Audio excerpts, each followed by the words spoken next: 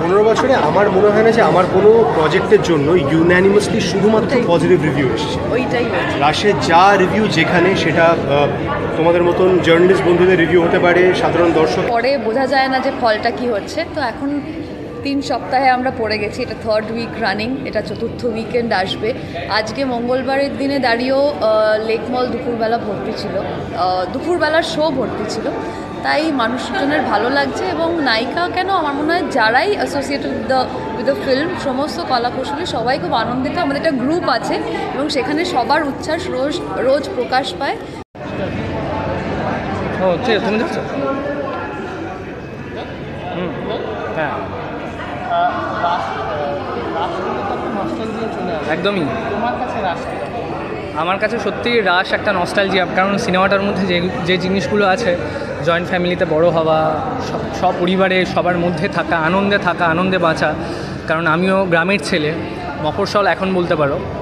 তো আমার কাছে রাশ খুব প্রিয় একটা প্রজেক্ট।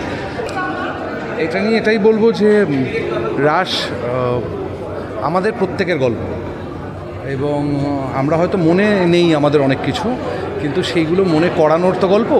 কোথাও গিয়ে মনে করিয়ে দিতে পারার জন্য যে টিমটা আমি পেয়েছি, প্রডিউসারের সাপোর্ট থেকে শুরু করে যে অ্যাক্টার্সের গ্রুপ, তাদের সবাইকে ধন্যবাদ। এবং সবথেকে বড় ধন্যবাদ দর্শকদের, যারা হল ভরিয়ে সিনেমাটা দেখছেন।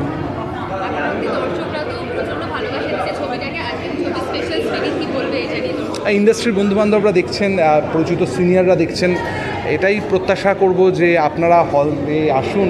এর আগে তথা যে ছবিগুলো করেছে, ও বেশ অন্যরকম সাবজেক্ট নিয়ে ছবি করে, অন্যরকমভাবে প্রেজেন্ট করে, যাই করুক অন্যরকমভাবে করে।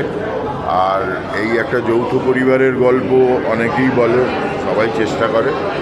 ও একটা একদম অন্যরকম আমাদের ছোটোবেলাকার গল্প, রাত ঝুলন এগুলো নিয়ে করেছে, ভালো জিনিস দেখিয়েছে, ভালো লাগবেই।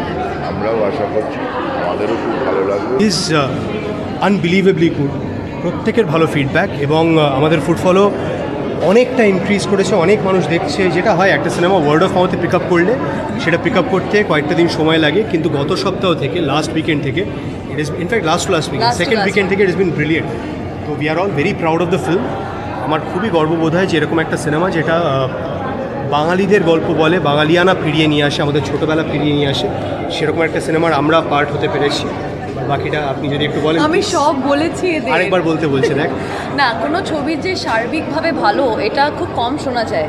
এই ছবির ক্ষেত্রে কিন্তু খারাপ হয়েছে এটা কোথাও শুনিনি। হ্যাঁ, কেউ হয়তো বলেছে যে ছবি একটু ছোটো হলে ভালো হতো, বা এরকম এটাও কেউ বলে আমাকে, আমি বলেছে, কিন্তু আমি বলছি যে সার্বিকভাবে জেনারেলি সবাই, যা আমরা রিভিউ পেয়েছি, ফেসবুকে প্রচুর রিভিউ পেয়েছি, সব জায়গায় খুব সুন্দর লেখা হয়েছে এই ছবিটা নিয়ে। প্রায় 15 বছর হয়ে গেল যে আমি অভিনয় করি, অনেকটা বয়স হলো আমার।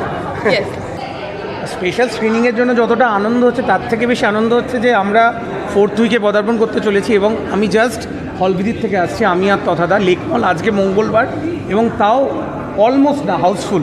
So it's a massive response, খুব ভালো রেসপন্স। সো আজকে তো স্পেশাল স্ক্রিনিং, আজকে অনেক মানুষেরাই দেখবে, ইন্ডাস্ট্রির যারা আমাদের চেনা পরিচিত, আমাদের যারা senior. So I am really looking forward to this. Copy paste ছবি বানায় না, ভালো ডিরেক্টর, মানে আমার ভালো লেগেছে। মানে আমার মনে হয় আগামী দিনে মানে নতুন ডিরেক্টরদের মধ্যে তথা অনেকটা আগে ওর স্থান হবে। সো দেখা যাক।